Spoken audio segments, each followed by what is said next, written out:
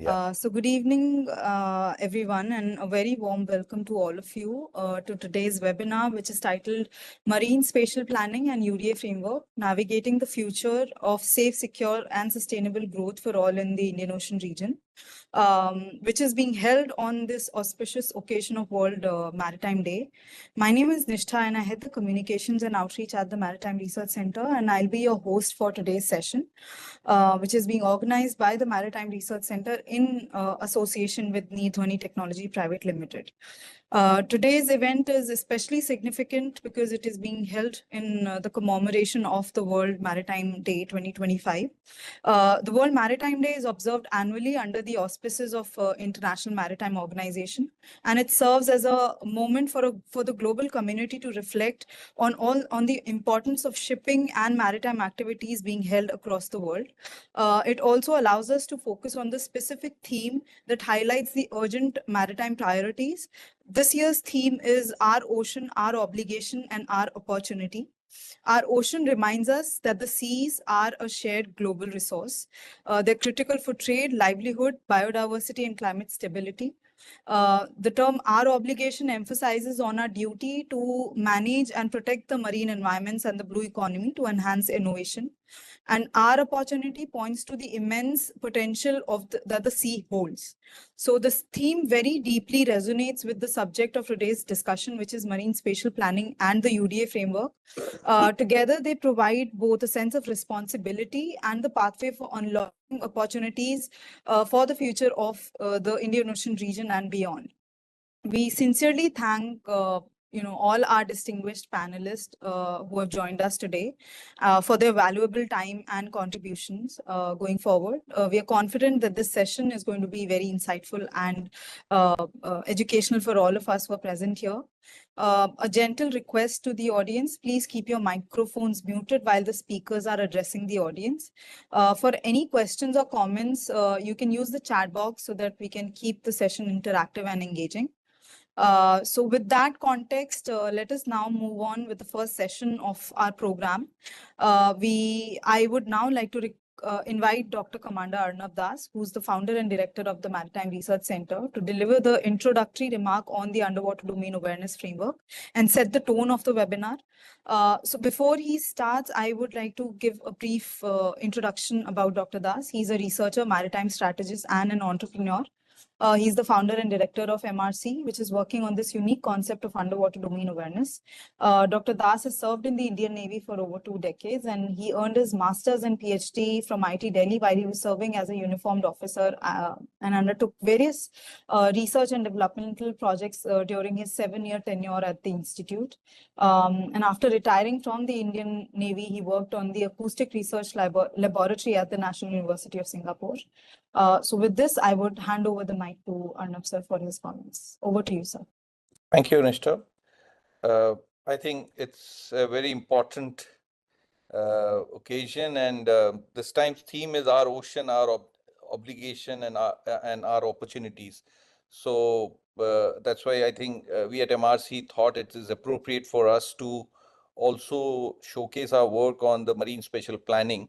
Although the main presentation will be done by my two colleagues.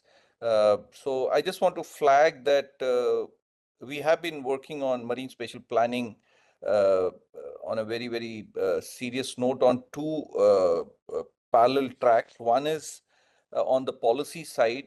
We have come up with a MSP handbook where we have looked at the larger dimension of policy intervention, technology intervention, and capacity and capability building. We are very fortunate that Ambassador Mudgal sir is also very deeply involved in that project.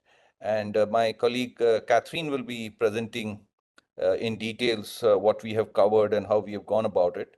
And it's a global document. It's not specific to, although it highlights the tropical challenges and tries to address that aspect, but this is definitely not limited to the Indian Ocean, but it is for the entire global aspect. The second part is to do the real thing of building the digital platform for MSP. So my colleague Sridhar will be presenting that aspect. So, I mean, it's definitely a work in progress because there are so many dimensions to be addressed. And we are very happy to have our, today panel is very, very important, and we are happy to have our friends from Japan. Jamstick is a very well-known global entity contributing significant to ocean science and technology. So we are very happy to have Dr. Lindsay Dugal and Dr. Mehul Sangikar from Jamstick, and they will be giving their perspective. Dr. Deepak from the National Center for Sustainable Coastal Management will also be giving his comment, and then we'll be expecting the concluding remarks from Mudgal sir, who will give a overarching remark on particularly the work that we have done, and also the global geopolitical and geostrategic dimension. So quickly, I want to just highlight how we have been looking at things. We have multiple researchers working with us on different aspects. It's a multidisciplinary framework that we work on. So although we address the tropical challenges, but it's not limited to the tropical waters alone. What we have found that global research has been largely driven in the temperate and the polar region. And I think we have been focusing on the tropical waters in the sense that the unique tropical challenges can be addressed.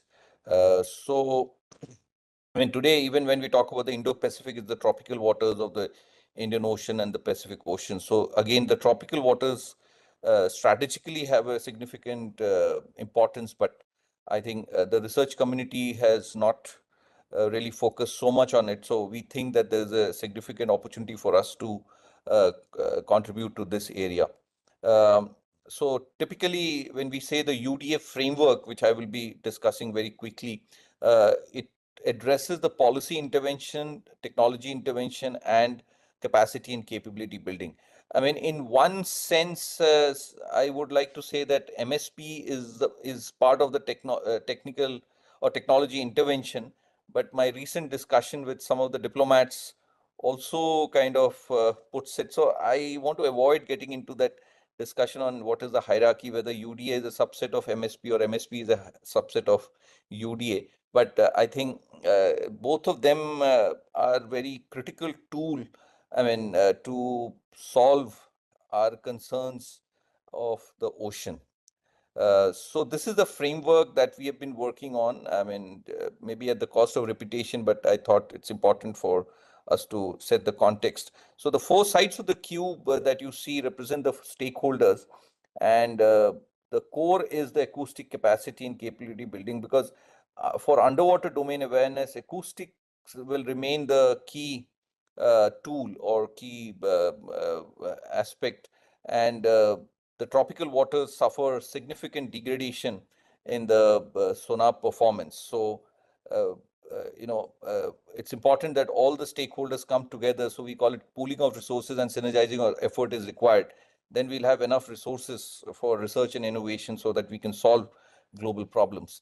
And the second part is when we look at the vertical construct, a lot of sensing is required, then analysis and regulation. So this actually gives a very structured approach. I call it a comprehensive, structured, and inclusive approach. So, all the stakeholders are addressed and everybody is represented. So I think I'll stop here and hand over to Nishtha back and to take it forward. So I think the UDA-driven MSP is a very, very critical aspect that we need to keep in mind. So thank you, Nishtha. Back to you. Thank you. Thank you so much, sir, for introducing us to the concept of underwater domain awareness and for framing the important and approaches that are required for maritime governance. Now, moving on, we'll move forward to the next speaker. We have with us Ms. J. Catherine, who heads the research and publication at MRC. And she'll be speaking on the policy dimension of the marine spatial planning in context of the sustainable blue economy. Little bit introduction about Catherine. Like I mentioned that she's the head of research and publication at MRC, where she oversees key projects. She's also the co-editor of UDA Knowledge Center, demonstrating her commitment to knowledge dissemination, capacity building, and sustainable development research. She has a strong interdisciplinary background, holding a master's degree in water sciences from Shiv Nadar University, and she has completed the Young India Fellowship at Ashoka University and holds a BSc honors in physics from St. Stephen's College, University of Delhi. Over to you, Catherine. Good afternoon, everyone. I'm Catherine. I'm going to be speaking about the Marine Spatial Handbook that we have prepared and which is based on underwater domain awareness framework. So starting off, I think everyone here would agree why ocean is important. I have just summarized a few points as to why ocean is important with respect to climate, economy, and security. These interests, though they seem disjoint, they are competing interests as well, which lead to conflicts, fragmentation, and overexploitation. Oceans today act as is very important for climate regulation. It acts as an economic engine, driving a lot of global trade and economic growth. And it anchors security. So maritime security is ensured, it ensures safe passage and resource protection, and it has a lot of connotation for security aspects. So the handbook integrates marine spatial planning and underwater domain awareness for inclusive, sustainable, and secure ocean governance. So we'll see how that pans out in the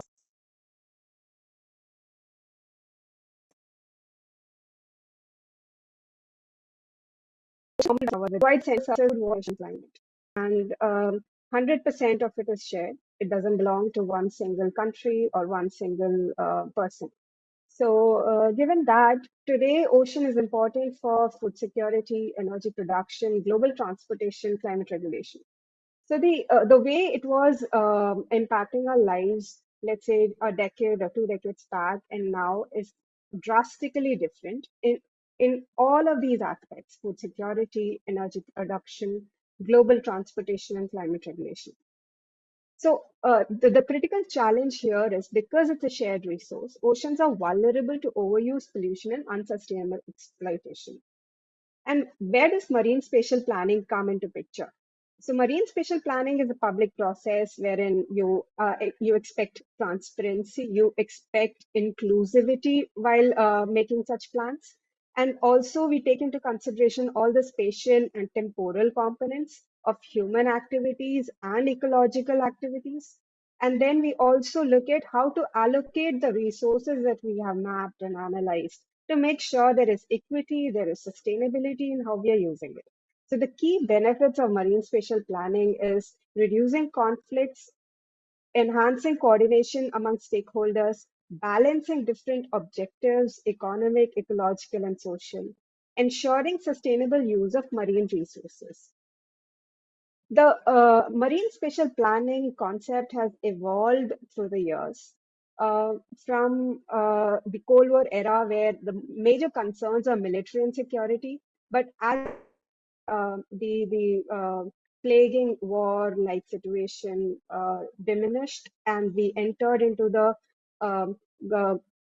globalization era, which is post 1990s, we started to recognize, and based on more scientific developments, the ecological limits and the importance of biodiversity protection. The development from the 1990s has led us today to various concepts which need integrated framework, combining security, economy, and ecology through blue economy and climate change actions. So the historical drivers or the traditional conventional drivers have been security and territorial disputes, environmental degradation awareness, climate change urgency, economic development pressures. But today we have become, we need more specific integration, the modern integration which are the economic growth and job creation that needs to be integrated into the plans.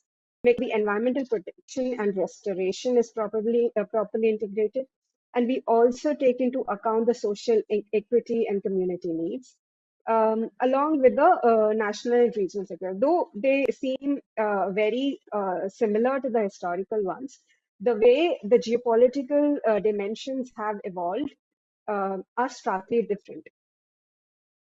The scope of MSP in the modern ocean governance actually encompasses these four major components. So the marine industries, the economic factors, the policy integration, making sure that various obstacles and setbacks are taken care of at the policy level, global, regional, and national levels.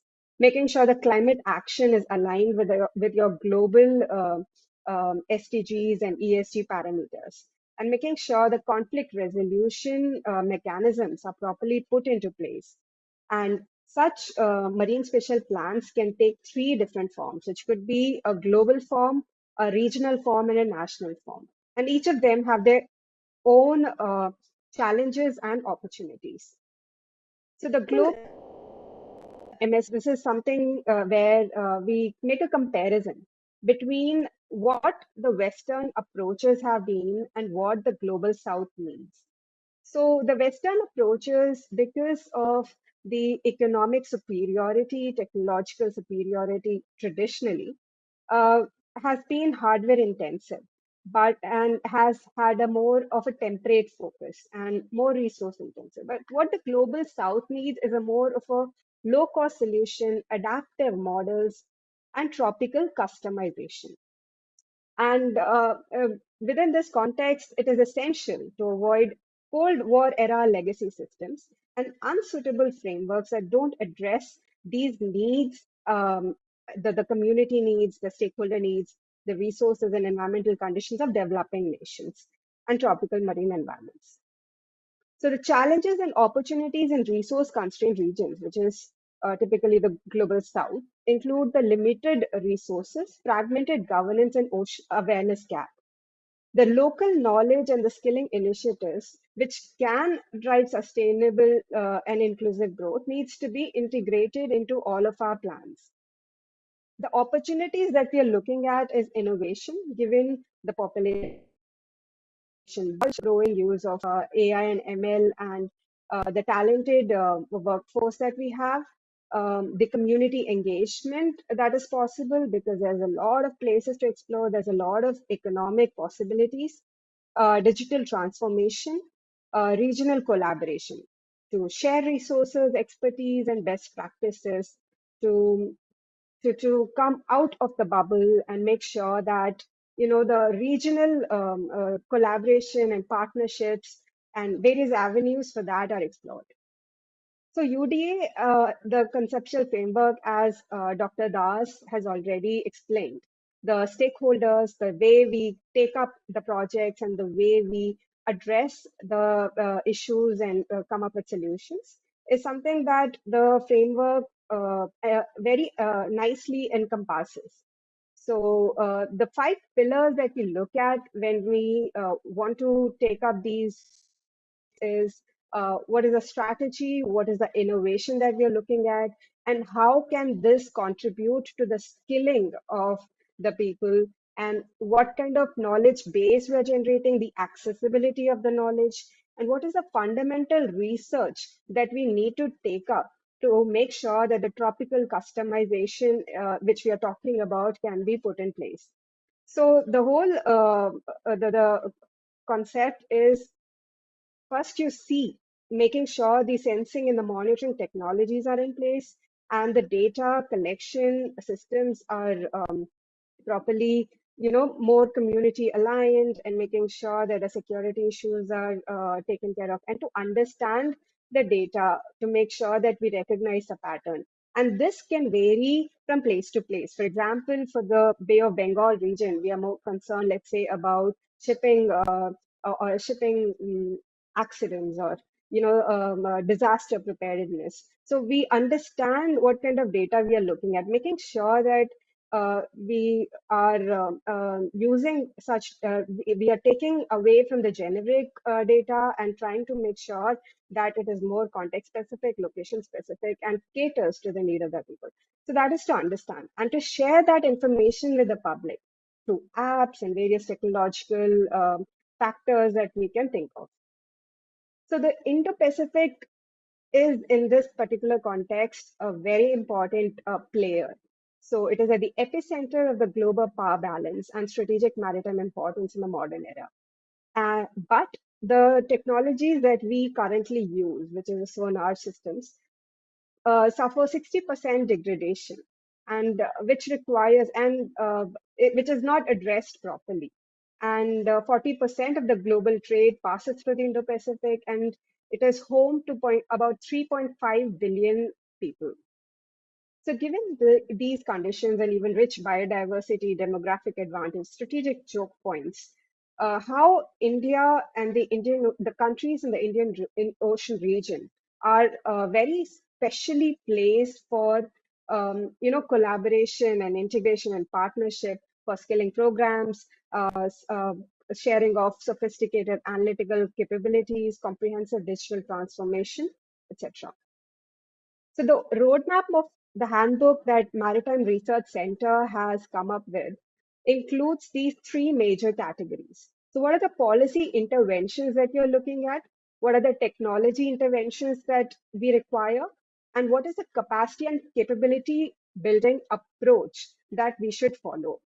So the policy intervention actually looks at what are the strategic governance frameworks in place and what needs to be changed to remove, let's say, the fragmentation, acting in silos, the ministerial gaps, etc. And how to adapt the tropical conditions methodologies, how to make sure that research is taken up for making sure the technologies are robust, and multi-stakeholder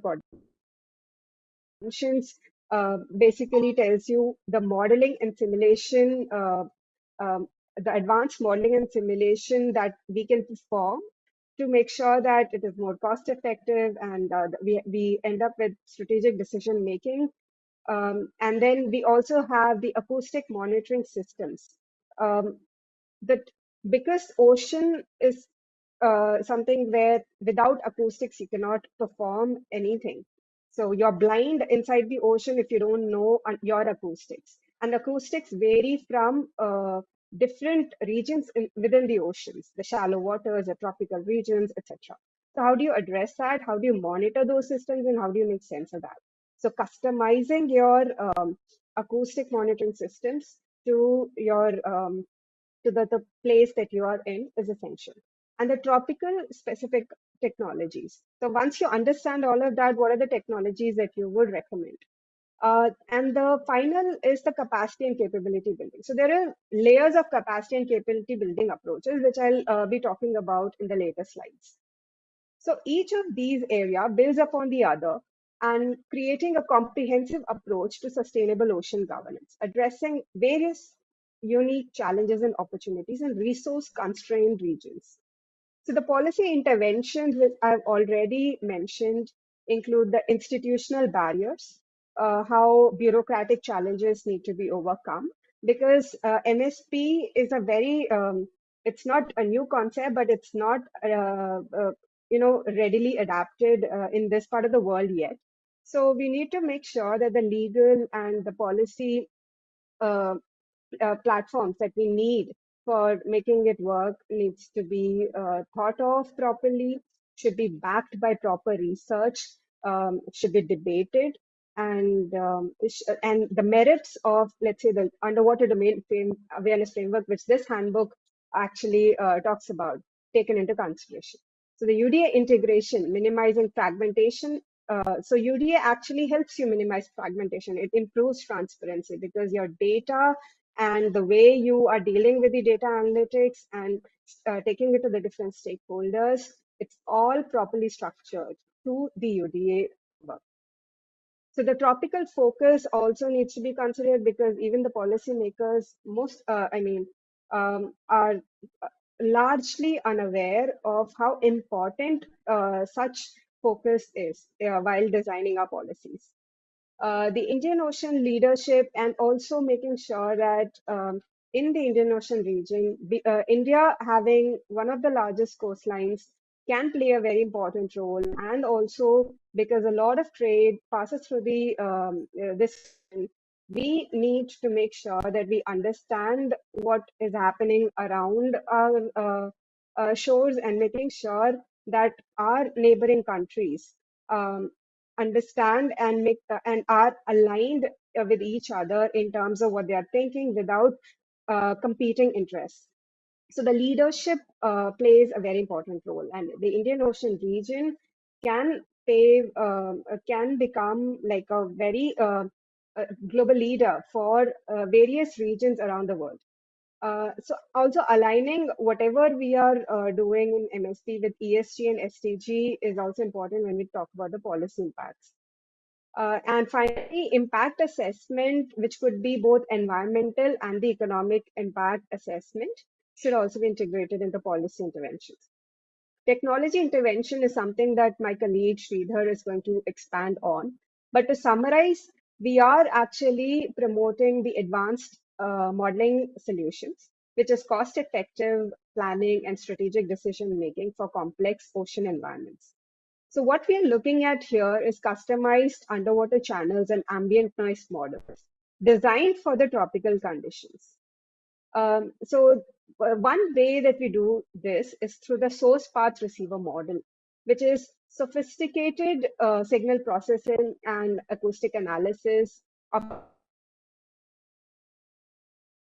in the tropical regions, and making sure, for example, let's say some port is coming up, shipping lanes are passing through somewhere. What is the impact that is going to have on the of that area or the other human activities that are going on in the area? So understanding and implementing proper source path receiver model plays a very important role here. The second one is data analytics indigenization, making sure that the context is understood. And without generic prescription, we look at what different problems in different areas would need based on the data that is collected by themselves. So establishing proper monitoring systems in that area and making sure that the capability to analyze data is also available within that particular community or that particular local government, because having the analytical power is something that can change the way somebody holds the power to take decisions. So if you are able to analyze the situation that you are in based on, let's say, indigenous knowledge also, and with these modern information, you are able to take decisions which favors your situation without any other external vested interest. So that is very important there. And although modeling and simulation provides you with a particular model, how do you trust that? So for that, what we suggest is that we do validation, because we don't want to get into all of the hardware intensive programs. We will after the modeling and simulation based models are set up based on the data available, we take up the validation step, which makes sure that our results are accurate before we do the final deployment. So to make all of this possible, we need the workforce which is capable of understanding the importance of acoustics, plus all the other important knowledge related to, let's say, marine biotechnology, marine energy transition, etc. So all of those different capabilities are also required when we take up this process of marine spatial planning. So the critical challenge is that we do not have the expertise. We do not have enough people, but it is possible to take it up. And because we have so many students graduating everywhere every year, and we have so many people working in the government who have the power but do not have the proper resources to undertake such crucial decisions. So the capacity building that we have planned ends up giving you analytics specialists, data scientists, technical specialists in acoustic engineering, field deployment and operations team specialists. So these are the different categories of people that, and we have designed courses for catering to the needs of all of these different portfolios.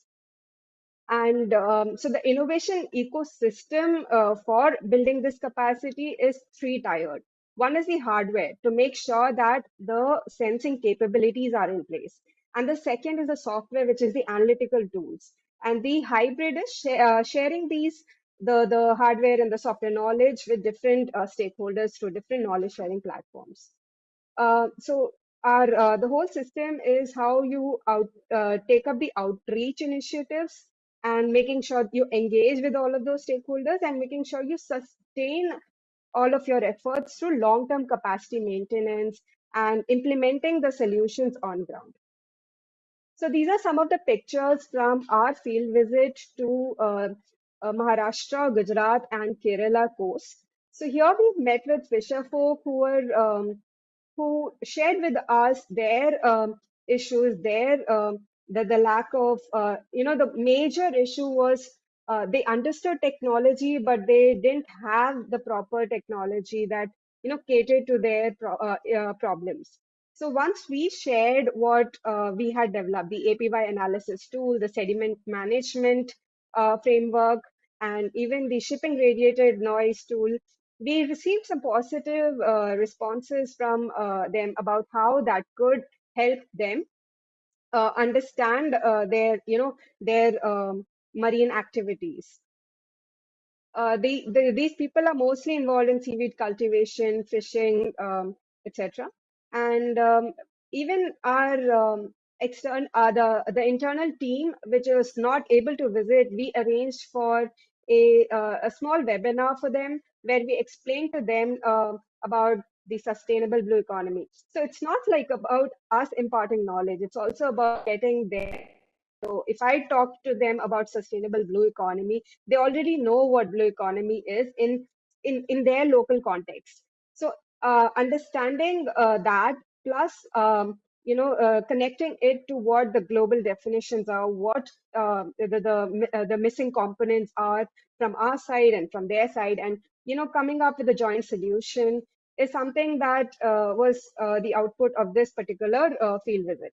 And we also validated some of our emerging tools. Our research fellows and interns were involved in this initiative.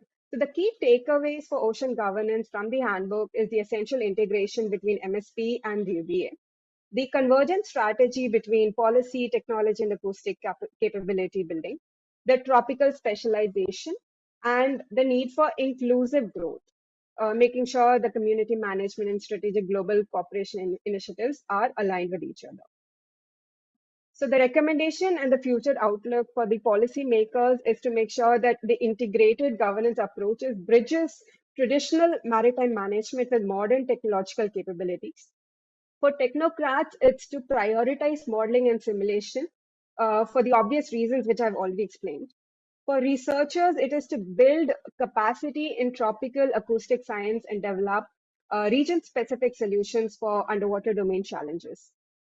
That was Catherine.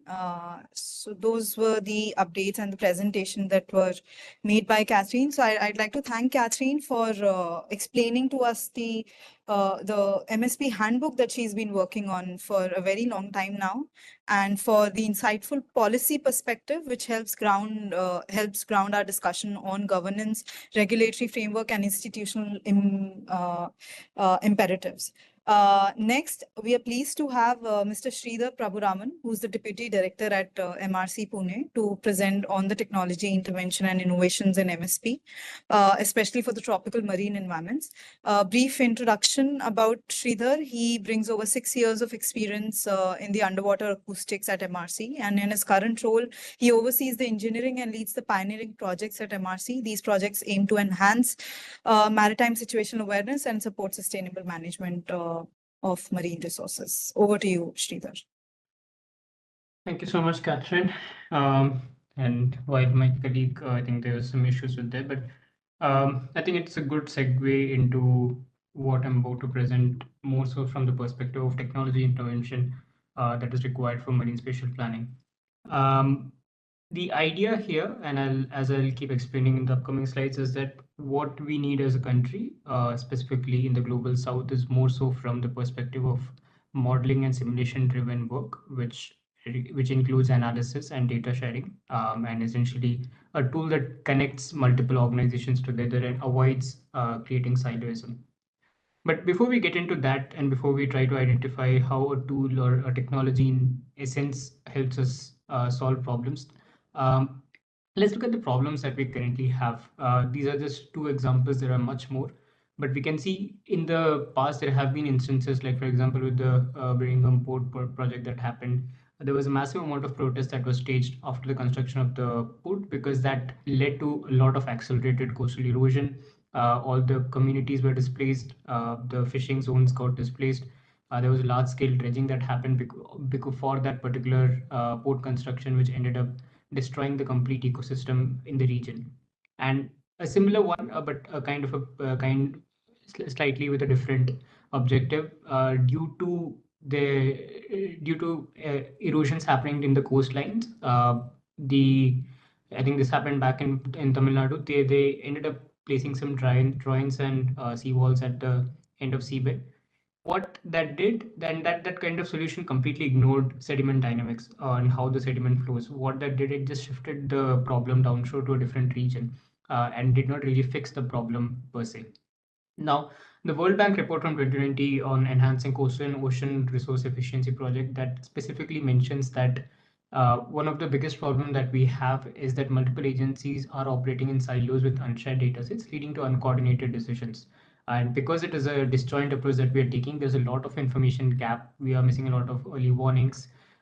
We are not able to formulate an integrated marine plan due to limited data sharing and technical capacity. So every organization, every agencies work in silos without having an understanding of what's happening in the other side of the spectrum. A port construction will not have an understanding of what's happening from a marine conservation perspective, and so on and so forth.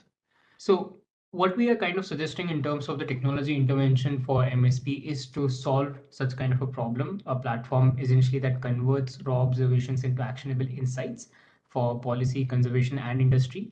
And it goes beyond a static. So marine spatial planning as a concept, when it was introduced, if I remember correctly, in the early 90s, it was introduced when the Coral Reef project happened for the Great Barrier Reef in Australia. It started from there, and ever since then, it has been substantially been improving, but still it remains to be a static map. The idea being that with all the data that you obtain, be it AIS data or ports in the region or offshore oil rigs and platforms, you essentially map everything, all the static data onto a particular tooling, and that allows you to have a broader overview of what's happening in the what are the different resources that are present in the ocean. What we are suggesting is something a bit different. What we're suggesting is that beyond just having a static map, we need to analyze the data, we need to take actionable inputs out of the data, and then we need to showcase that. So instead of just showcasing AIS data in the region, we essentially derive shipping noise that is derived from the AIS data. Instead of just showcasing acoustic habitat, instead of just showcasing marine habitat, let's say for whales, sea turtles, we also capture the migratory patterns. We also capture the migratory corridors. And these information, when come together, they provide actionable insights because you can effectively see how the shipping noise is directly impacting the marine habitat, and so on and so forth. So what we are actually looking at, and as Sir mentioned, this is something that we've been working on, although still in preliminary stages. There are a few components that are left to be addressed here, but idea here is that we want to create a marine spatial planning decision support tool which goes beyond the existing MSP tools that are available, at least from the Indian subcontinent perspective, where you get actionable data, and those data, when I say again, it does come to a point where not every information is already available in terms of raw recording. So not every information can always be obtained in raw recording. So a lot of these things are actually simulated. And I'll draw back from what Catherine has mentioned there, in the sense that being a global south, we cannot always end up spending in blanket exposure of hydrophones or sensors. We cannot put up that kind of money. So we need something that can work for us. We need something that can work for a solution that will work for our subcontinent. So what we're looking for, looking as is a single system where we have all the different planning layers coming together, being habitat suitability model, marine biodiversity, in all the different kinds of noise calculated and showcased in the map, wind noise, rain noise, shipping noise, and a lot of different things like pipelines and cables, in order to understand what kind of risks and what kind of mitigation practices we need to take for undersea cables that are flowing through the region, if at all we want to perform kind of drilling or offshore oil rig construction. So a single platform that showcases all that information. And deriving back from what the examples that I showed before, it is not that the agencies are not making an effort to, or it is not that they're undermining the impact of the work that is being happening, but rather that there is no broader overview between two different agencies of what's happening and how it might impact the other agency, and that is what we are trying to bridge here. So what we are here representing as a simulation-based MSP has two transformative advantages. One is dynamism, so it will continuously adapt to changing marine conditions and stakeholder needs. And second is the impact modeling, which is probably the more important aspect of it, which allows us to identify a what-if scenarios. So if you provide AIS data and taking all the other aspects into consideration, and if you overlay that on top of a habitat map, you can see what kind of noise level is there in the region. And if you provide a different set of AIS data, which essentially has different shipping lanes, so we're trying to shift the shipping lanes a bit, and that can instantly, you can see and visualize what kind of noise levels are there again because of the shifted shipping lane. And this kind of project is something that has happened in the past as well, although not in such kind of a scale. I remember off the coast of Sri Lanka, they identified that the blue whales were there was collision of ships with blue whales, and they identified that by shifting the shipping lane by 15 nautical miles, they were able to reduce the risk of collisions by around 95% for the blue whales. So it is definitely an action item that we need to take as a country as well. So what we are trying to showcase here in simulation-based MSP is we gather, so it is supposed to be enabled with real-time and historical data streams, so all kind of biodiversity, habitat data, AIS data, human activities, infrastructure, ports, cable defense, everything that comes in there.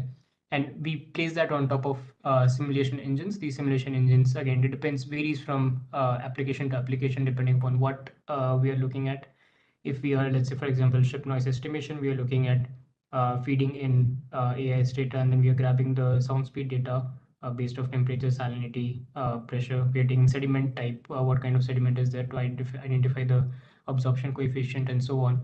We put that through a mathematical model, be it for India, probably it will be a parabolic equation based models that will allow us to estimate better, and so on and so forth. And that then you put it through an impact analysis and scenario testing, where you can create different scenarios and identify what kind of impact that is being generated, and all of that being represented in a decision support interface, where we extract information out of what we have analyzed and showcase it to the stakeholders for their consultation. And that, again, this a crucial part of this, what we are making is a community engagement aspect, where as a community, be it fisher folks or coastal or policy people or everyone, they can engage with the tool, they can provide data, they can extract information, public APIs that can be used along with other such kind of tools, let's say some digital twins or something that needs to gather information from us, public APIs that can be allowed to extract information through that and ingest into their own tooling for better identification and visualization and so on. So that is the kind of a broader approach we are looking at when we look at the MSP as a digital tool. Now, the foundation for any such kind of tool is to be able to recognize the large amount of information that we need to process, the whole ETL pipeline or extract, transform, and load pipeline that we need to establish for that. Because depending upon the application, currently the MSP tool that we're generating consists of 7 different modules. Each of the different modules have a lot of different data requirement that we extract. Like say for urban flood mapping that we have done for Brahmaputra regions, we're looking at identifying the rainfall, the digital elevation model, the drainage data of that particular region, the land use, all the so on and so forth. If you're looking at acoustic habitat mapping, we need to understand the chlorophyll level that will tell us which habitat is more suitable. Then oxygen maps, the primary productivity regions for that, sea surface temperature, and so on and so forth. So all of this information, depending upon the different models we are ingesting, and we are essentially creating an ETL pipeline that will then transform it into what independent applications would require. And then, so it's not one tool which does 7 different parts of the work. These are basically 7 different backend services, which essentially perform their own computation. It sends the data to one particular tool, and that's what we are trying to promote here. In terms of showcasing from an application perspective, where it would look like. So imagine if we have a storyboard, a scenario where you want to identify that what kind of for a given shipping in the region, what kind of habitat are we trying to look at? Like how is the habitat getting impacted because of that? So you can essentially overlay the AIS data of the current AIS data. It could be a cumulative noise map, or it could be an instantaneous, depending upon the need, depending upon what we are looking at.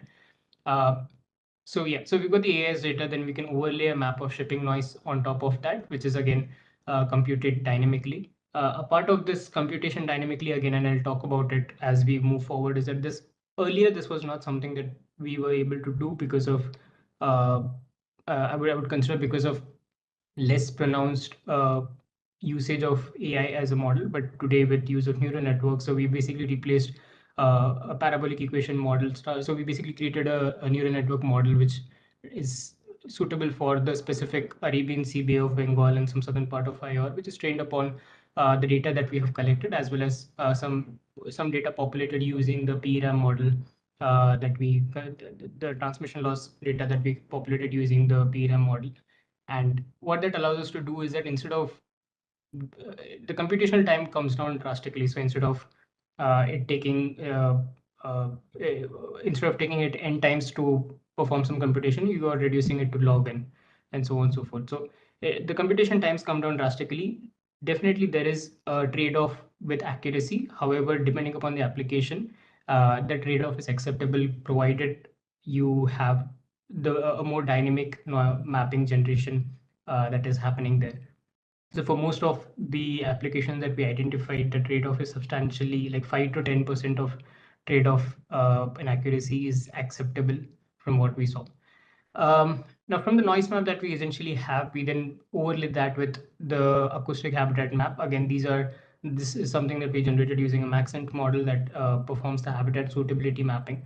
Let's say for green turtles, which is mostly having a habitat near the coastal regions, we can see that there is a significant overlap between so some of the areas where there's an increased shipping, as well as the areas where the green turtles can be found, or a habitat where the green turtles can be found.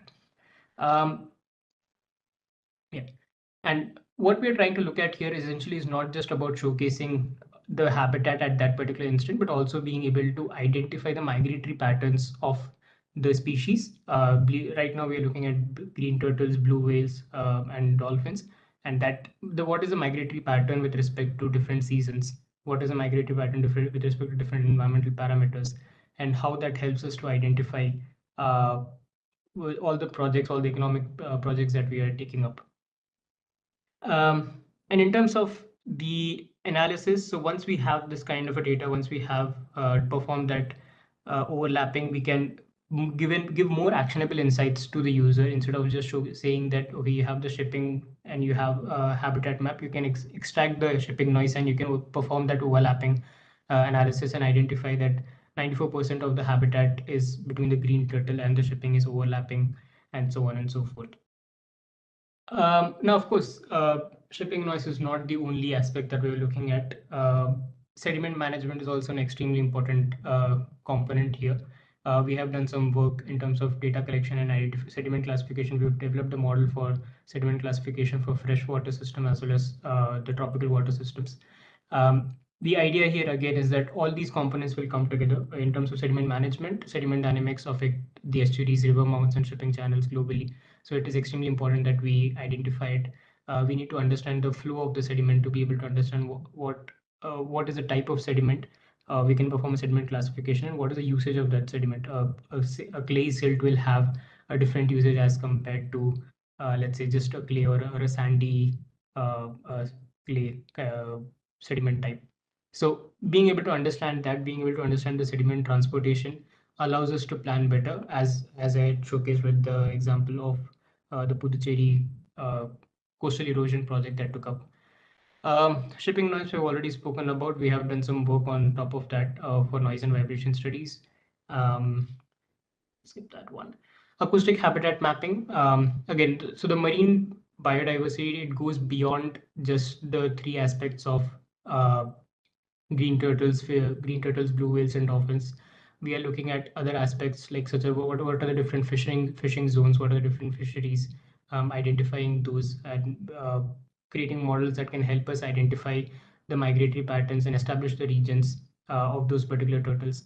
And this is not just about one part, again, repeating it again and again, but it's not just about estimating that at one instant, but creating a tool that will help us identify the migratory patterns and help us identify the localization of such kind of species based upon their characteristics. And that's where the modeling and simulation comes into picture, where we are looking at the chlorophyll content in the water. We're looking at other parameters that helps us identify what are the regions where these marine species are to be found. Environmental impact and aquaculture. Environmental impact more so from the perspective of urban flood mapping is something we're integrating into the MSP tool. Again, it involves hydrodynamic modeling using the digital elevation model, the rainfall data, the drainage system in the region, and so on and so forth. So that allows us to create such kind of simulation, which allows us to identify what kind of regions are going to be potentially flooded, which amongst that region is affected by a cropland, and which of the regions that are being affected is an urban affected region, and so on and so forth. This is extremely crucial for any kind of mapping or risk management from a risk management perspective. Area production and yield analysis. Now, shrimps. Now we are one of the largest exporters of shrimp in the country, and it contributes significantly towards the blue economy. We created a simple regression model. Again, a lot of these solutions do not require us to have extreme computations because of the aspect of simulations, but again, that also because of the usage of machine learning and regression models that we can use to identify these. Now, one of the notable things we identified with our coastal visits was that a large subset of farmers believe that increasing the stocking density directly increases the total biomass that they receive from production. So the idea for them was they try to increase the stocking density of the pond. In the pond, they add as much amount of shrimps as possible, increase the stocking density. But they do not have this idea that how much amount, what are the different kind of parameters that allows us for a better growth. So we created a regression model and integrated that, in which as a user, as a farmer, you can essentially feed in parameters, the temperature, the stocking density, the salinity, the pH, the dissolved oxygen. And what we end up doing is we end up predicting what kind of growth are we looking at, what kind of survival percentage and biomass are we looking at. And we established a study on top of the work that we had done on that. But this is again an important aspect of marine spatial planning, where we enable the community to increase their productivity. Maritime safety and security is another element that we are adding. We have so most of the data that we obtain from SAR images, satellite data, being able to identify the ships that are present in the region, what are the different classes of the ships, and overlapping that with the shipping noise. Essentially, so using that and the satellite AIS data, it allows us to identify which of the ships have their AIS transponder disabled. Now, again, the accuracy takes a beat when we are looking at satellite, considering the fact that there might be some classified vessels who will not turn the transponders on, and of course that also applies to fishing vessels which are lower than a certain gross tonnage. But at the same time, from a cost-effective solution perspective, this is something that works tremendously in our favor, as compared to the existing solutions that we have. And of course, having that mapping of all the uh, undersea cables, and also having the data of seismic activities and seismic events, it allows us to identify what exactly is going to get impacted in terms of calamity, and that helps us for better risk management. Um, Right. Now, so while we have all of this, the idea is also to use AI for estimating, or to make the forecasting aspect better. So AI-driven flood forecasting using hydrometry. Again, I spoke about how we've used neural network for estimation of transmission loss, creating a model for that. Sediment transport modeling, again, AI-assisted plume dispersion is something we're looking at.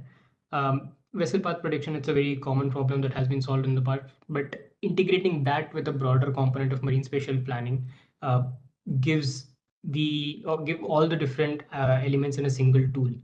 And that's what we are aiming at with this particular tooling that we've created. So I'd like to end with this message that for India, technology-driven MSP is not just a best practice, it's a strategic necessity. Again, borrowing from what Catherine has already mentioned, we have extreme variability.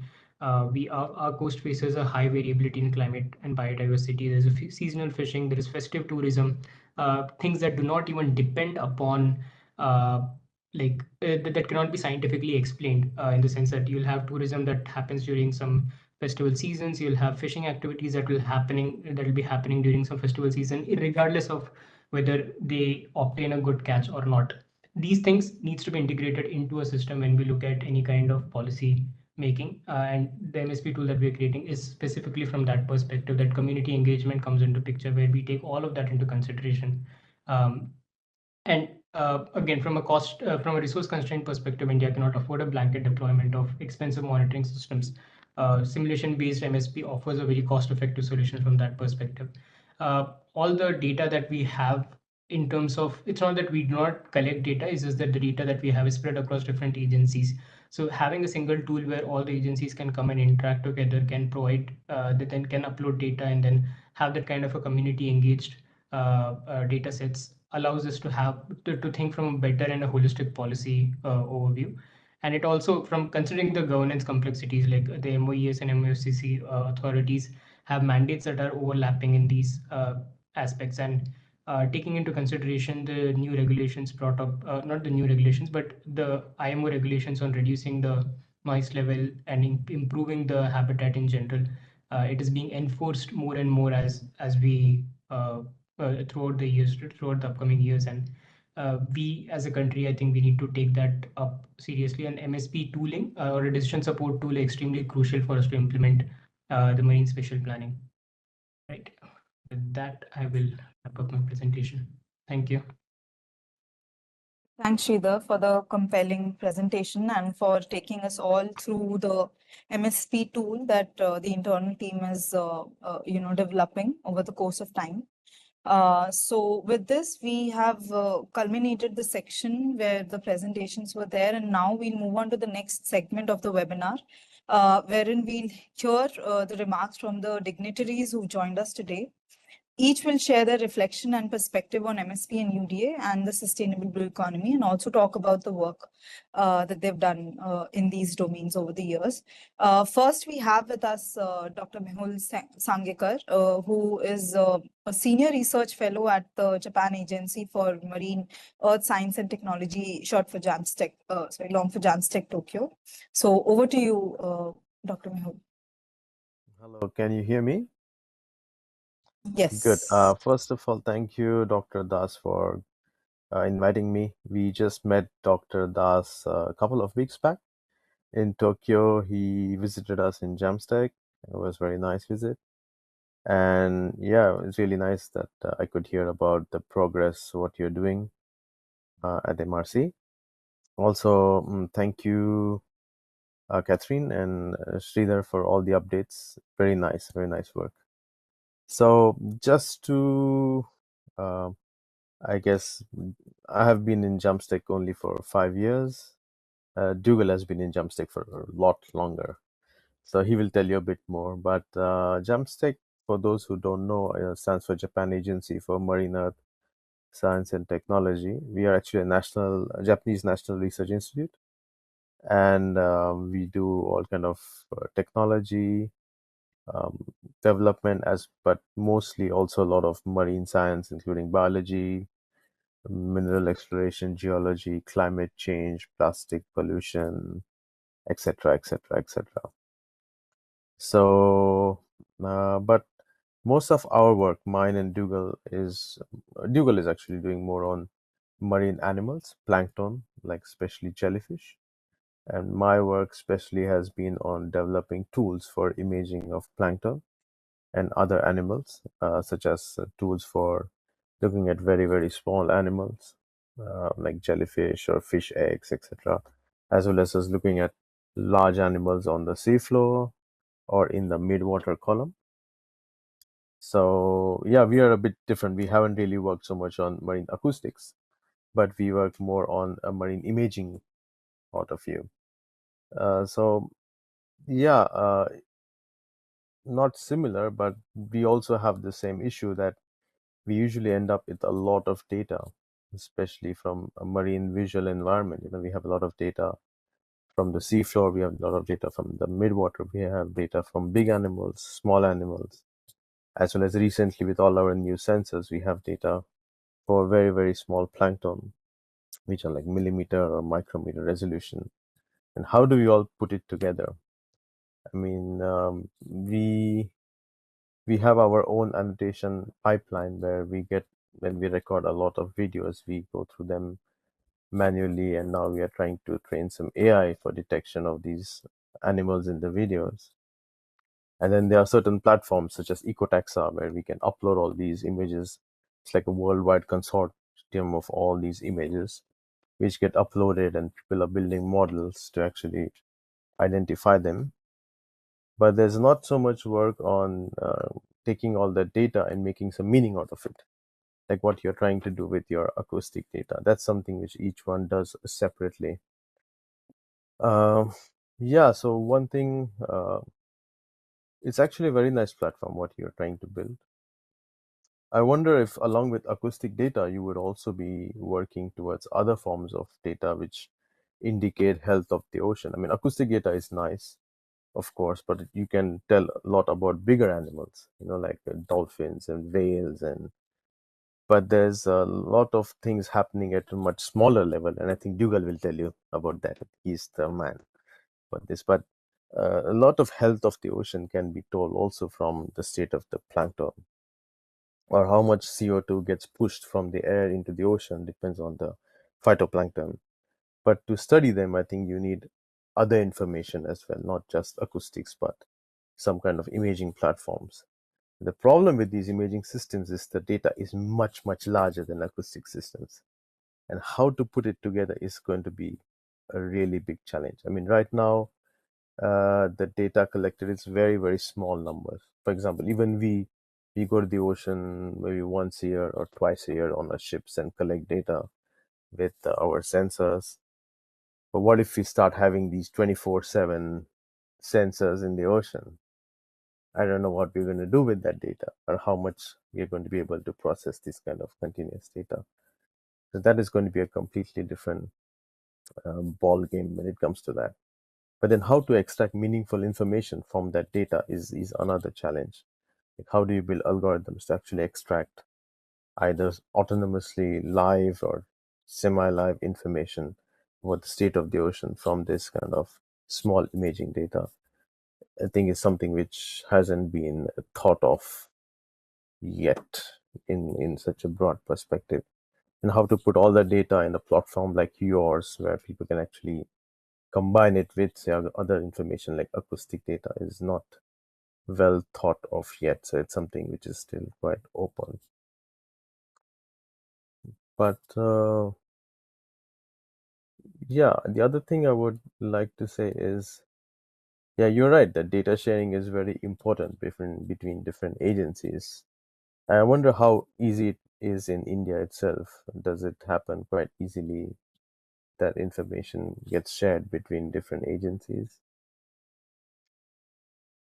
Maybe Dr. Das can actually tell me about that, because we find it quite challenging in Japan as well to have information shared. And secondly, is there any format which the data gets shared? Because a lot of times our trouble is that when we go request for data from different groups, they all have their own data formats which are not very standardized, and then you get a data and then we realize, oh, they forgot to log the date, and then the data is absolutely useless because they don't have date in the information, or they have log temperature without any decimal information, so the information is useless for what you really want to study. So who enforces that the data should be collected in a particular way or a particular manner, or data formats should be standardized between different groups? I wonder if that is something also as a MRC or as more global can be, I don't know if it can be enforced, but it can be standardized to some extent, that anybody who uses your tool, anybody who wants to provide data to your tool, should be compelled to use these particular formats or standards of producing data. Like we are now starting to build certain standards for our data keeping. Like we have our file structures. We also have a certain headers, for example, which are standardized, so we can use the same file formats for all our internal work. So whenever we get data either from our cruises, we ingest the data in a particular format so that we know it's consistent. And then we are building tools for QA/QC. So before we ingest all the data, we have all the data done QA/QC and ingested. But again, it's very hard for us to force other people to use our formats, because everybody has their own formats and they don't want to listen to anybody else. So it's a tricky situation. But I wonder if that's something for users of your platform, you could actually say, okay, please at least try to give us something, or try to record your data in a particular way. Or if you build an app to record data, you could keep the same structure of data, so it's easy for you to take the data back from your the clients. Or yeah, that's probably it. And yeah, I think for things which we are good at, like especially visual imaging, plankton imaging, that's something we would be interested to work together. Especially when we have a lot of data, we will have to build more interesting algorithms to go through it more automatically, for example, or infer information from it more automatically. I think that's where there is potential for us, I think, to work together. Thank you. Thank you. Thank you so much, Dr. Mehul. Thank you, Mehul. Just to quickly clarify, the MSP platform that we are building is not limited to acoustics. It, of course, will contain all kinds of data, all kinds of aspects will be covered, but it's a work in progress, as I mentioned in the beginning. And you have raised some very critical points about data format. And, actually, I want to also remind you, Mehul, that, this part of the world, field experimental research is not such a common thing. And people like you who go out to sea regularly face these challenges, and you understand. I mean, field validation has its own, so that's the culture we are trying to bring here. And also multidisciplinary work is very important. So, we have been regularly trying to do field work, field data collection. And I mean, in many parts of the world, I've seen that, people are going and collecting data and hoping that they will analyze it sometime. I mean, every set of data, before we go to the next field trip, I think we should first finish kind of, doing the data analytics on the first set. Then only you will know what mistakes you've done. So that's a very, very important thing. for us. And, so this platform that we are creating will also, like the whole UDA framework, technology intervention and capacity building would also mean, data standardization in terms of, specification, data formats, and there are so many aspects to be standardized. And unless you create a platform, people don't know where to get on board. So that's something very important. And in terms of capabilities, we do a lot of signal processing. So, and today, even AI platforms take all kinds of data. So, I don't know, conceptually, there is no limit on what kind of data we can handle.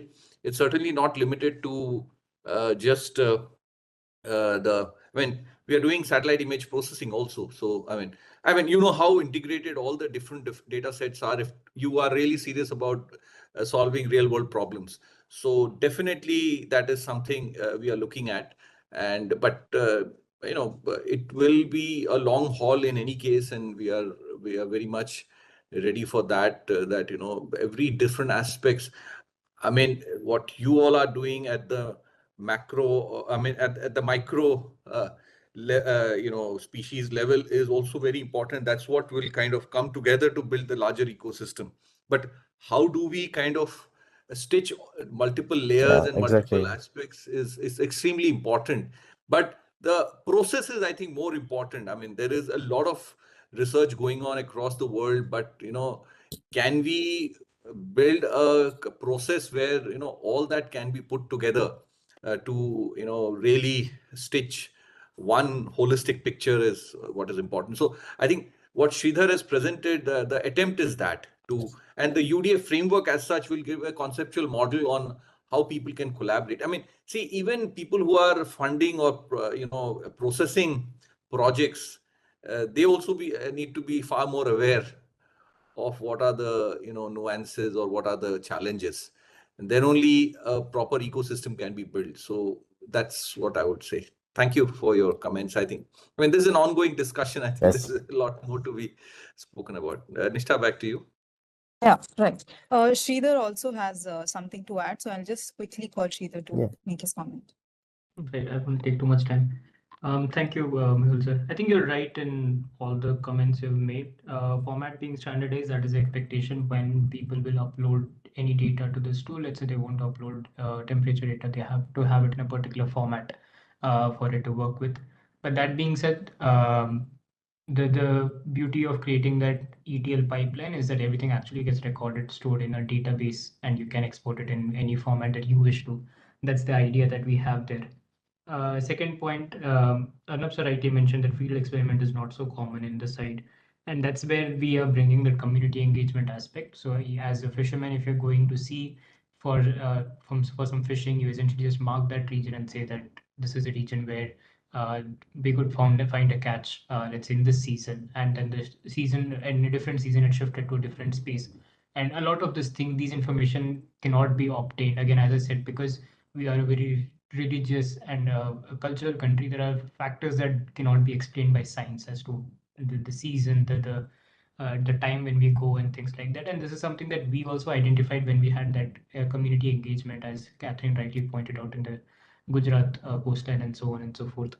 So yes, I think that's the idea. And as you rightly mentioned, there are a lot of, and that is why this becomes a very compelling engineering project. I mean, being an engineer myself, uh, we did face a lot of difficulties with a lot of these things, but there are technologies now available. So this is something that we thought of, like even dynamic estimation of noise map, if we consider it's a big time complexity problem, because we divide the complete region into small grids of 0.05 degree, 1/4 quarter degree lat long coordinates, and then for each of those quarter degrees we calculate that from 200 kilometers of that radius how many ships are contributing to that particular degree, and then we perform linear interpolation amongst all the things. So that's, from a mathematical standpoint, it's a computationally expensive problem. However, with the use of AI, it does help us solve that, because once you train a model for a certain region, then it's just predicting, it's not really computing, so that time comes down significantly. So that's the broader idea here. And we have done image analysis. while one of our researchers did that, I do not have complete information on that, but from the perspective of dark ship detection, we have done a significant amount of image analysis using the satellite data for ships.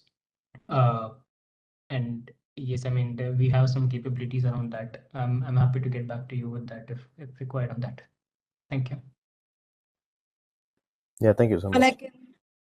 Right. Thank you. Thank you, Dr. Mehul. While I can see there's a hand raised for a comment or a question, but I think we'll take that up after we are done with the other speakers of today. So moving on, we are honored to have Dr. Dougal John Lindsay, a research scientist at JAMSTEC, with professorship and affiliations in marine sciences. Originally from Australia, Dr. Lindsay is a specialist in midwater ecology and is deeply involved in developing CETO imaging systems and technological methods to study fragile marine life. His work bridges marine ecology, technology, and ocean observations. So over to you, Dr. Lindsay, for your comments. Thank you very much for the introduction, and I'd like to also thank Sridhar and Catherine for their presentations, very informative and interesting, and Arnab for inviting me to be here. I was very, very impressed by what you've managed to put together there in your system. It seems to be extremely labor intensive to actually put all of that together, and very impressive. I think one of my comments would be I served as on the Deep Ocean Stewardship Initiative for the New Technologies Working Group as the head of the working group for many years. And one thing that we did was make ISO standards that people can refer to in our case, it was for imaging technologies. This is how you need to do something for a seafloor station doing an environmental impact assessment platform, for example.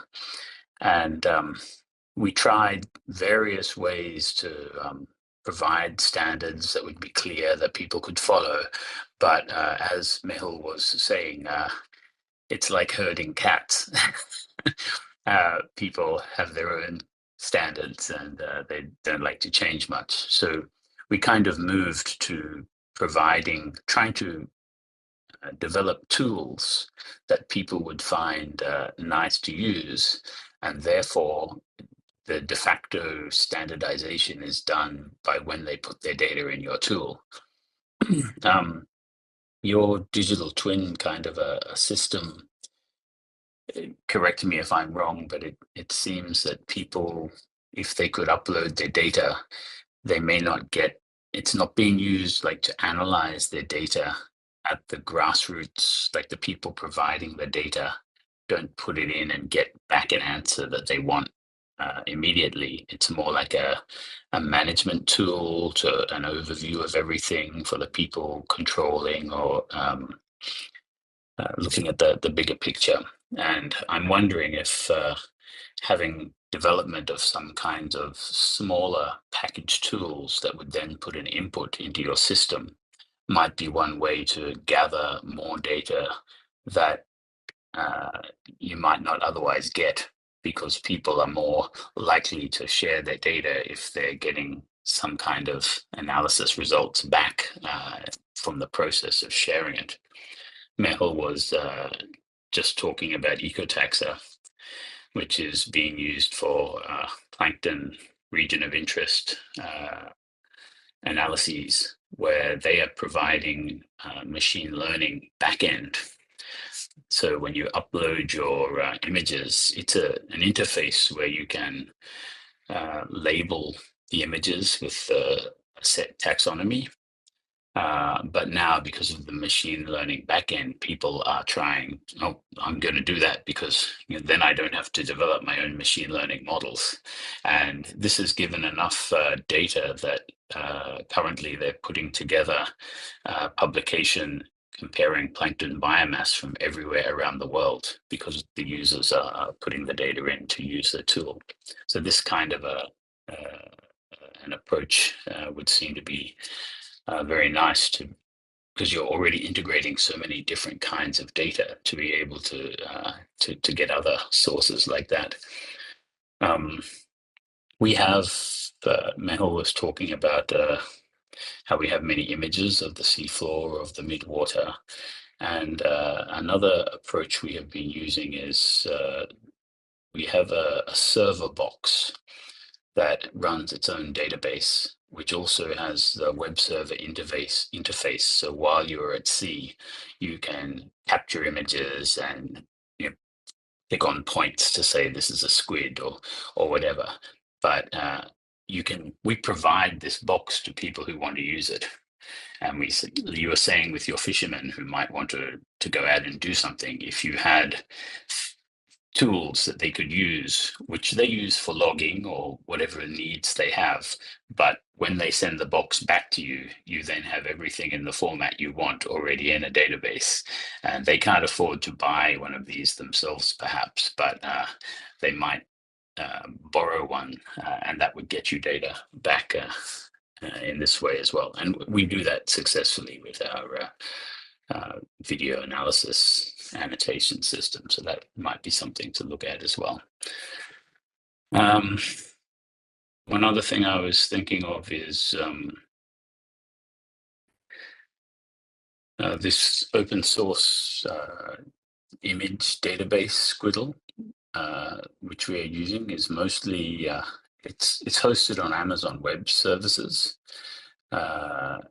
Most of the funding comes from the Australian government, but the repository for all of your images can remain in your own country, so that you still have control over all of the images, and it just harvests them and the metadata to present as a database where you have just like yours, where you have a whole lot of data all together available, but each of the data providers who are using the tool, so it's a plus for them, they still keep control of their own data. And this kind of a system is also pretty useful, I think.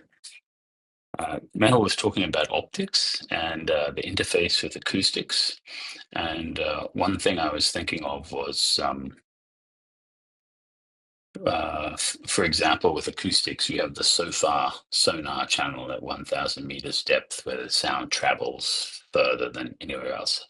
Optics, you can have similar kinds of things, where if you're looking at, say, laser-based communications between drones or other underwater platforms, there are certain depths, certain times of day, certain seasons where the laser will penetrate further and carry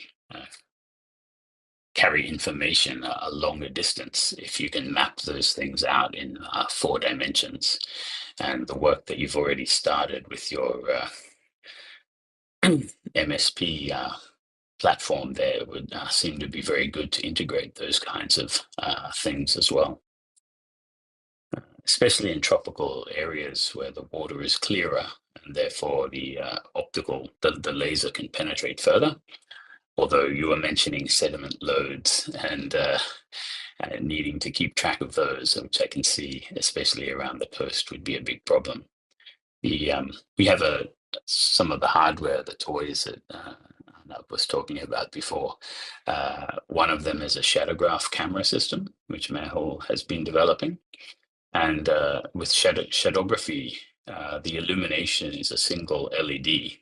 So it uses not so much power, which means it doesn't heat up as much. So if you're trying to work in the tropics, especially the Red Sea or somewhere with very high temperatures, you can keep the temperatures lower.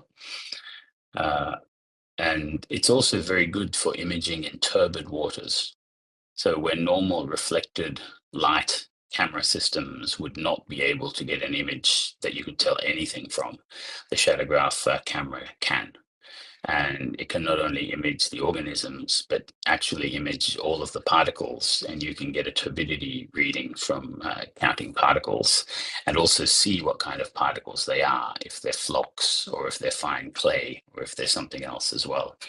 And we've been developing pipelines to automatically analyze some of this imagery. So some kind of a tie-up along with that kind of technology would also be very interesting, I think. Yeah, just a few thoughts that I thought I would share.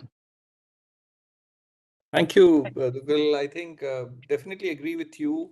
But I mean, as I emphasized, it's not limited to just acoustics, and we would now like kind of looking at data fusion, because one single method will never be the best, or will never be the optimum. So we have been, I mean, like we've been doing modeling and simulation using satellite data, and then field validation using acoustic data. So those kind of things, I mean, for sediment management and various applications. So definitely it has to be a multidisciplinary effort. And today, and also what you also mentioned, building these tools, like instead of, people putting manual data, it is the system that takes care of all these, concerns of standardization and, those kind of things. That's what Sridhar also mentioned. We are trying to do. But what you mentioned about the manual work also has an advantage that everything is hand coded, so it gives a lot of flexibility to our work. I mean, any adaptation that is required, so we have lesser limitation in terms of, or we are far more agile in terms of accepting new data sets or new aspects to be covered. I mean, Sridhar leads a team of about 10, 12 in-house people, plus, whole lot of, very smart interns who work with us. So, and also what happens is we are also trying to build a more black box kind of an approach, so that, say, a policymaker who doesn't have so much understanding of the technology doesn't need to bother too much. Because I mean, you and me are talking about the tech side of it, but there are people who have to use this tech inputs or the data inputs, so, and they cannot be bothered by giving expecting them to know too much. So how that can be also, so that's also one of the aspects that we are trying to work on. Like, I mean, you talked about SOFA channel. I mean, Sridhar has spent a couple of years to build the underwater channel model. Of course, this is for acoustics, and the tropical waters, the SOFA channel goes right up to 1,500 meters, where in your part of the world it's in a few hundred meters. So so even that is a very important information that your MSP can give you. Where should you deploy? I mean, what depth you should deploy to get better ranges or better data. So those kind of issues are also there. So I mean, there are so many aspects. When more and more people get down to doing this, if we can before that, if we can build the tools that can make the life simple, could be also one of the agendas of the work that we are trying to do. So I think I'll stop here, and thank you so much for your very, very insightful comments, and we certainly look forward to working together and taking things forward. So Nishta, back to you. Thank you, sir. Thanks, Dr. Lindsay. I think Sridhar has some comments to make. So Sridhar, quickly from you. Sorry, I'm aware of the time constraints. I'll keep it quick. Thank you so much, sir. And I think, yes, again, some important points. Just to clarify, this what we have built is dynamic in nature. It's not, the idea is not that it takes a long, I mean, it definitely records the data because we also keep track of historical data. So if you want to see a comparison between, let's say, COVID happened, so you want to see what kind of shipping noise was before COVID and after COVID. And pardon me, I keep talking about noise and acoustics because that is something I know that I will not fluke about. But it's not just me working in the team. We have other researchers, including Shlok, who is good at aquaculture. He's the one who created that APY analysis for shrimp and seaweed farming. We also have Romit, who's good at sediment management. And we also have Catherine, of course, along with other engineers. But yeah, I keep giving examples of that because that's what I know for sure works. But yes, for basically for those aspects, we do keep track of data to basically provide a baseline comparison with what historically things have been and what, so pre-COVID versus post-COVID, what kind of levels are we looking at, how much habitat is going to get impacted because of that, how the migratory patterns have shifted due to, let's say, climate change. So all those kind of things, which is what we are trying to derive from these kind of like to build from what we have. Storage, yes. I mean, right now everything is cloud based. We have already deployed a tool called SRN tool. It's cloud based. The idea is that anyone can use it using handheld devices or computer. It's there in srn.ut.solutions. I'll send a link of that video that we have, product video that we have for that. So yes, everything is cloud-based. We have things deployed in AWS as well. I think we have Singapore as a region because it has the highest availability. But yes, sir. But definitely this, I think optics is a very good inspiration for me. I'll definitely look into that part of it. Thank you. Thank you, sir. Thank you. Thanks, Sridhar. Now we will move on to the concluding portion of the webinar. And for that, I invite Ambassador Anup Kumar Mudgal, who's a member of Blue Economy Apex Committee in India, to deliver the closing remarks. Little bit about Ambassador Mudgal. He is a distinguished career diplomat of the 1984 batch, and he retired in May 2016 as India's High Commissioner to Mauritius. During his over 3 decades of service, he held roles both at India's Ministry of External Affairs, overseeing relations with neighboring countries, ASEAN, Russia, and Europe, and in multiple overseeing postings, including Mexico, Peru, Belgium, Germany, Austria, and Mauritius. His domain expertise spans maritime security, ocean economy, blue economy, trade policy, technology transfer, and development diplomacy. Post-retirement, he remains deeply engaged in the strategic initiatives serving on the FICCI's task force on blue economy and the steering committee on blue economy under PM IST, and delivering guest lectures at premier institutes. Ambassador Mudgal holds a master's and MPhil in plant sciences from the University of Delhi, and he's fluent in English, Hindi, and Spanish. So over to Ambassador Mudgal for his comments. Thank you, Nishtha. I think the experts have spoken, yes. Now, somebody talk the language of a layman, yes. So I will do that job of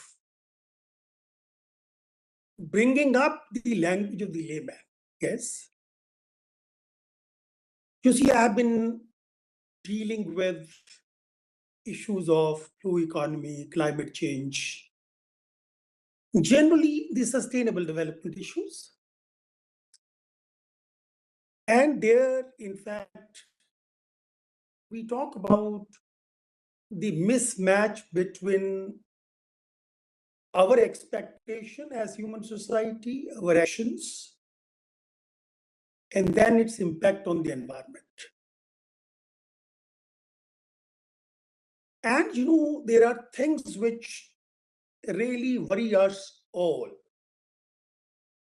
I'm happy today, you know, we are meeting in the context of World Maritime Day. And the theme says our oceans, our obligation, and our opportunity. Yes.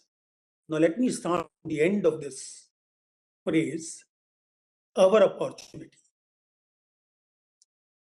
You know, as a diplomat, career diplomat, all our life we have been talking about development as part of our interaction all over the world, because development is at the roots of human welfare, which means we need to grow in all aspects of human expectation. And we know that growth would not, or development would not come automatically. It needs the resources. And our only source of resources is our motherland, or the Mother Earth, right? So we have been digging those resources from this Mother Earth for translating our dreams into action. But somehow, somewhere down the line, we did not understand what was the reaction of the Mother Earth to what we were doing. Because that language, we did not have the capacity of fully understanding. We were doing something and the Mother Earth was reacting. And we were not able to fully understand the mechanism of the Mother Earth reaction to our actions. As a result, we caused massive damage to the Earth's environment. We damaged the land, water, air, biodiversity, you name it. So much so that when a scientific team came out with what is called the planetary boundaries, because the planet has mechanisms, and those mechanisms are enablers for life on the Earth, including human life. So they came to a conclusion of a sort that they counted at that point of time, there are 9 important planetary boundaries, which included global warming, ocean temperature, acidification, biodiversity, so many things, right?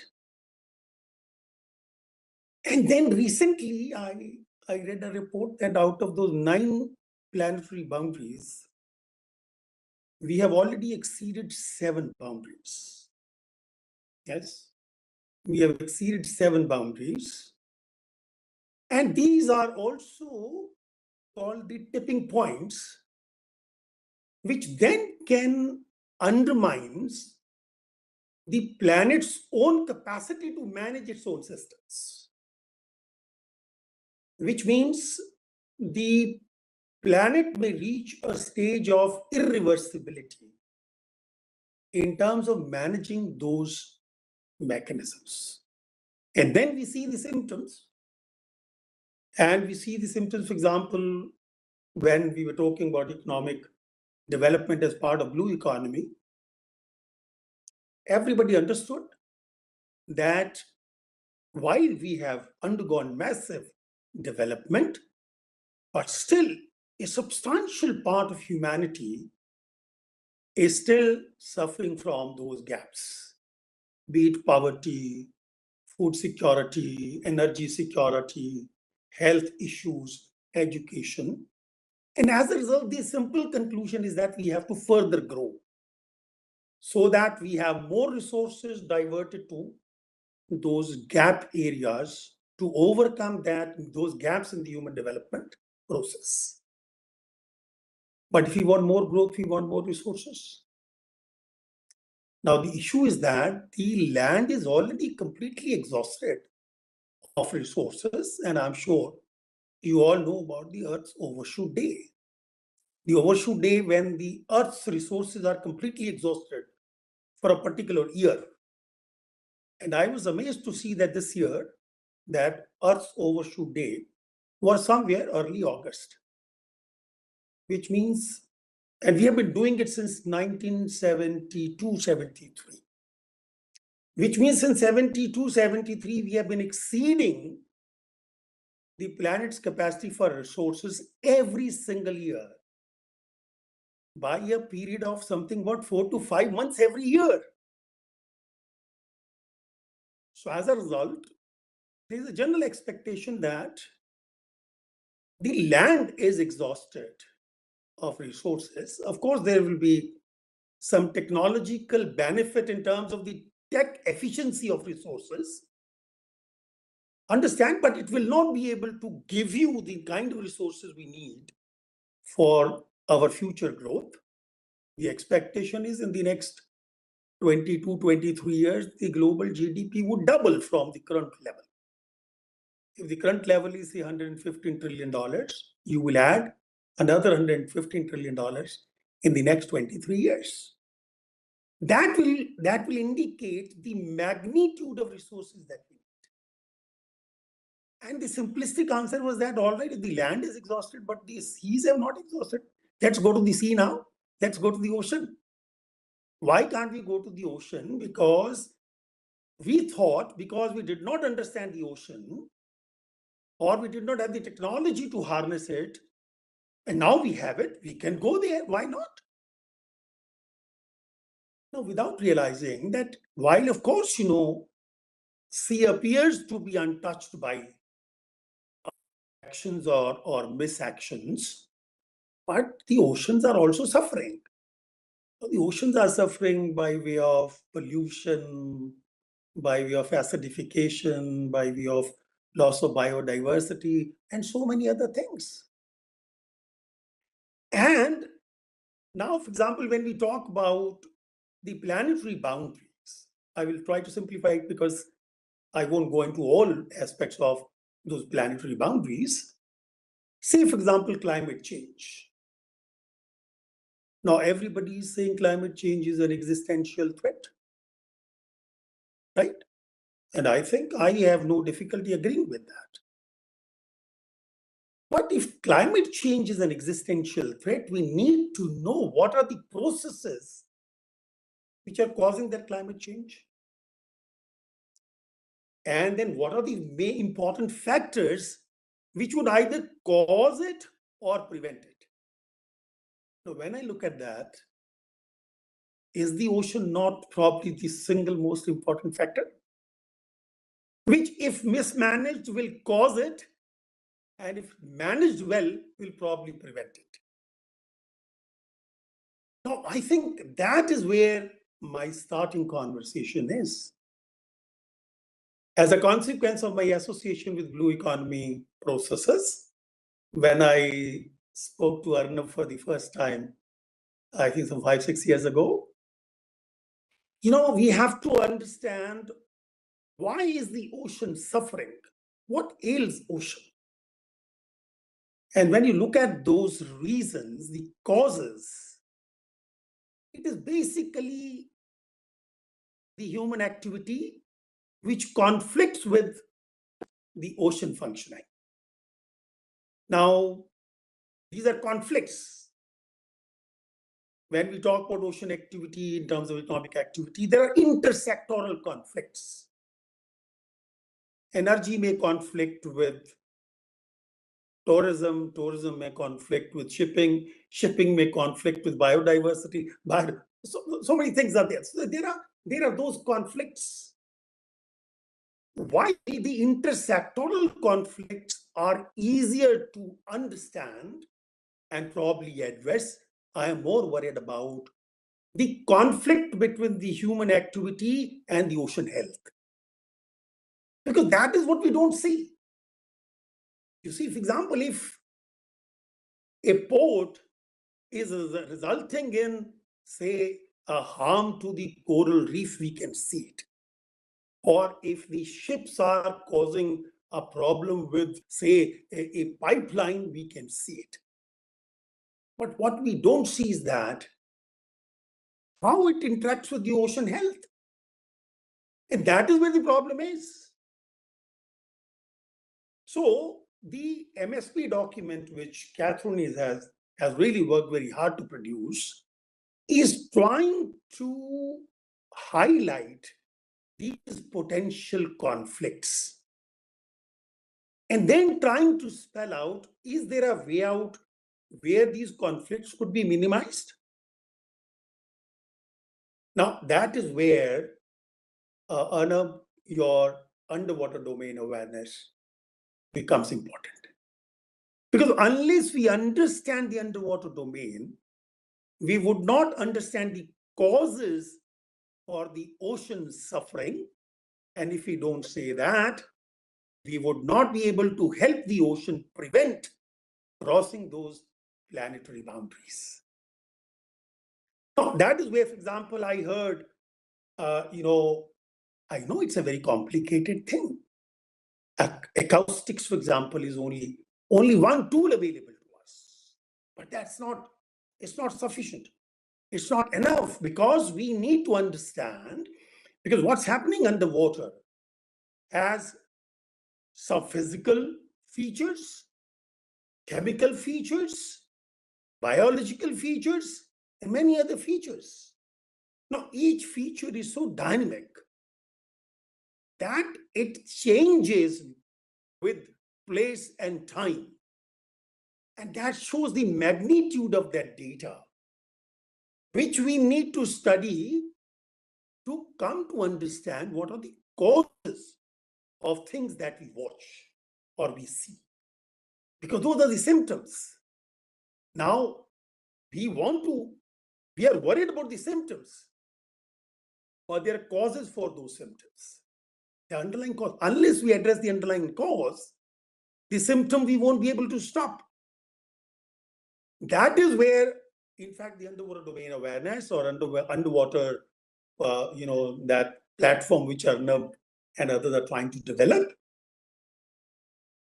We will, you rightly mentioned, data in itself is of no use. Fine, it's data. What to do with it? No, unless that data is integrated into finding a solution to a problem, it's of no use. Now, my worry is that, okay, something has happened and you tell me something has happened. But why it has happened? No, unless we understand why, we can't prevent the same thing from happening tomorrow. And that why is underwater domain awareness. That answer to why will come from underwater domain awareness. I know it's a very complicated, very, very complicated field. But we have to start somewhere. Let's start at maybe more simple parameters of ocean behavior and conflict resolution between the human activity and the ocean health. And in fact, MSP was started as a very simple process, where the intersectoral conflict was basically the objective. But today we are going beyond. It's not intersectoral conflict. It is a conflict of sectors with the ocean health, in fact. Now, what I tell my own imagination, in fact, I relate the human health process with the environmental health process. Now, what have we done in case of human health? We have developed markers, which means if something happens, we know that a lot has happened. That something will look very simple in the sense either a measurement of temperature or blood pressure or sodium or potassium or something else, right? Now we look at something very small as a marker, but we also know that there's something simple as a marker has evolved as a very complicated process. And that process needs to be addressed. And that is something we need to probably look at even in case of environmental health or ocean health for that matter today, right? For example, when you see a particular plankton increasing in density in a particular region, do we know why it's happening? Is it a sign of good news or it's a sign of bad news? If it's a sign of bad news, do we know why the bad news? Can we prevent a disaster from happening rather than analyzing the disaster when it has happened? Yes. So that is the very initial stage. MSP is just a toddler, right? It's just crawling right now. But I'm sure with the technological advancements, MSP will be able to walk. MSP will be able to run, and MSP will pre-warn you of what is happening, which is not visible to an ordinary eye. That is what the ultimate goal of MSP is. Avoid conflicts, mitigate conflicts, which are causing the symptoms, and then we are worried about them. So this is what I have in very simple layman's language.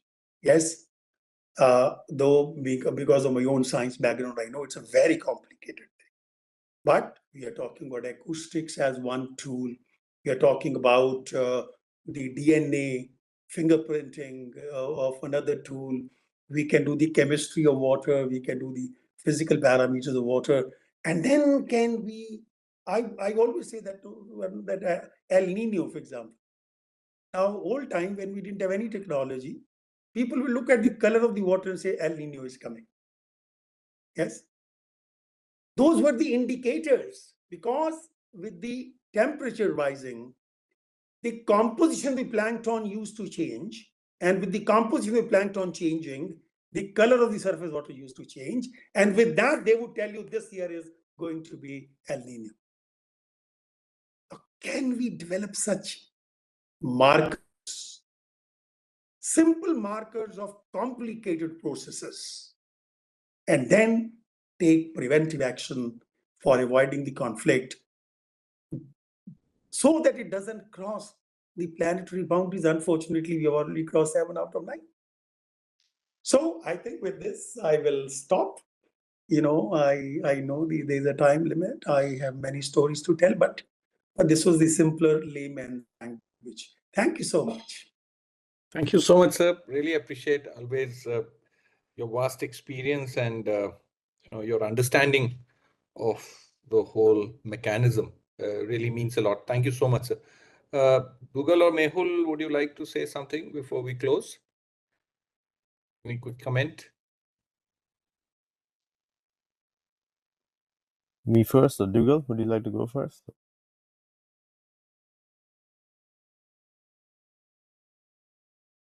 Sorry, I wasn't able to unmute for a second there. Yes, thank you very much for your wide experience and large take on everything that's where we're heading with this kind of a tool, and the good effects it can have on how we can deal with the crisis that the planet is facing is definitely really something we should all keep in mind and keep striving with the work that we're doing. And, thank you very much for those comments, and for everyone at the workshop today. It's been very, very nice, and I've learned a lot. Thank you. Yeah, from my side as well. Thank you for such a wonderful way of summarizing everything we have been talking about. Emerald Medical, it was really very nice layman way of putting. I know you have a science background, but still, it's even difficult for us to put it in such simple words so that everybody can understand. So it was very nice to hear that. And thank you everybody today for arranging this workshop. It was really nice. And yeah, like Dr. Das also said, it's important to build the tools, so we can get more people involved. We can get more people to, because it's such a big, complicated environment that it's impossible for one team or one person to build the whole framework to do this.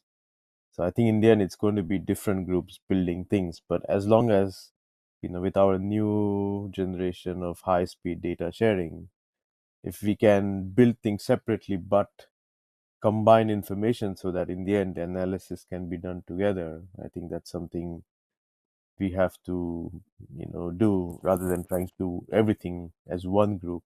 Again, it's going to be the same problem with the size of data, the complexity, the crashing of servers.